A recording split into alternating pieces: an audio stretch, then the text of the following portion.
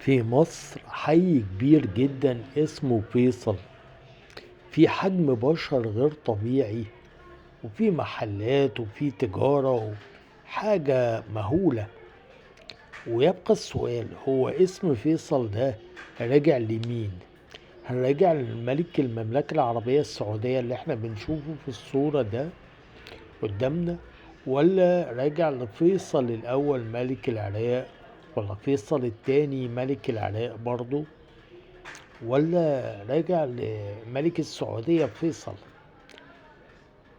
معظم المصادر بترجح ان هو راجع لاسم الملك فيصل ملك المملكة العربية السعودية لدوره في حرب 73، وبالتالي السادات حب يكرمه بشكل او بآخر فيطلق اسمه على حي، والحي ده أصبح مدينة كبيرة بعد كده.